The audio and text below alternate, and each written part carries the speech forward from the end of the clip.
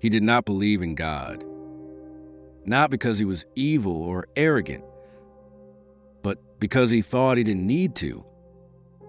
The world to him was logical, predictable, measurable, and made of things he could see and touch. If it couldn't be proven, it couldn't be real.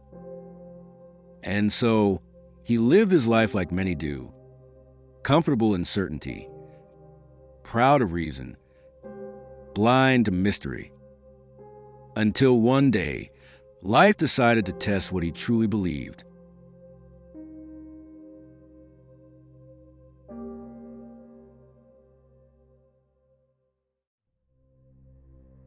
It began quietly, as all storms do. A small setback, a failed plan, a trusted friend walking away.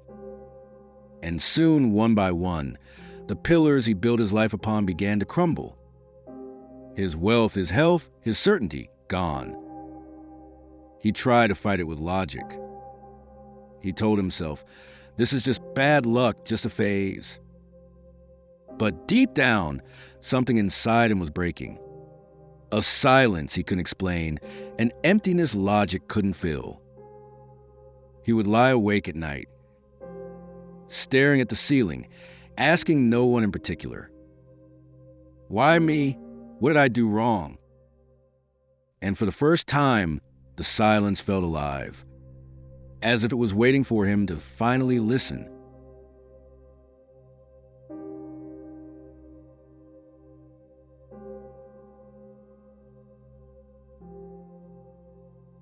The truth is, most people don't seek God when life is easy. Comfort makes us deaf to the divine. We only start searching when the walls collapse. He began to question everything he once believed. What if there's more than what the eyes can see? What if truth isn't something you prove, but something you feel? And as his mind grew quieter, something began to shift. He stopped running from pain.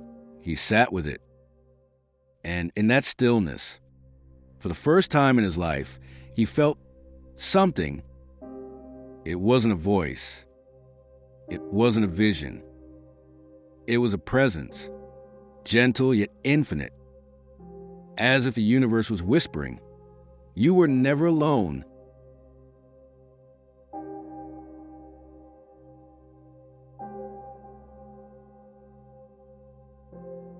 He did not believe in God until that moment, until his strength was gone, and all that remained was surrender.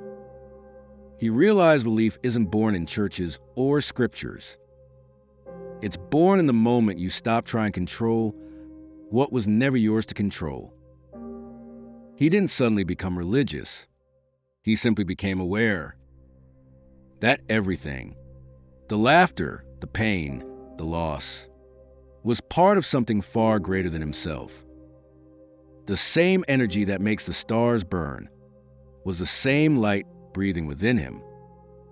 He didn't find God, he discovered the divine that had always been there, waiting to be seen.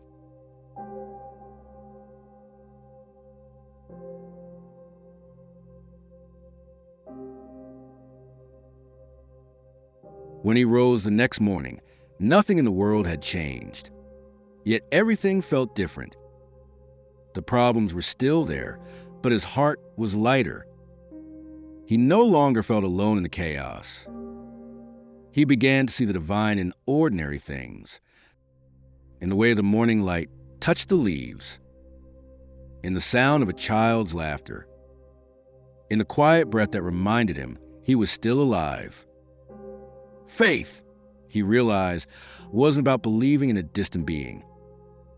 It was about trusting the intelligence woven into everything. It was about seeing that behind every storm, there is purpose.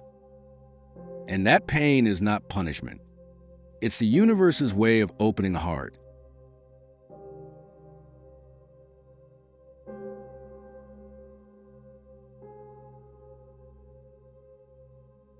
He once thought God was an idea.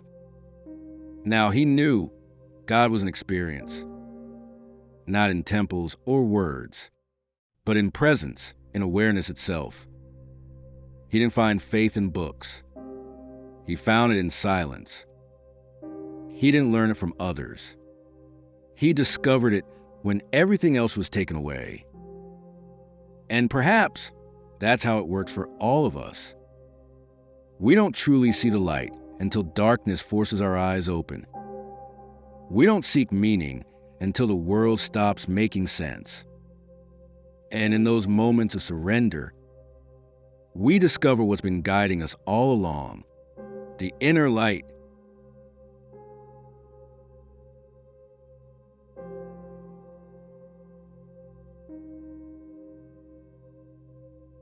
He did not believe in God until then, until he lost everything he thought he needed, until he faced the silence and found peace within it.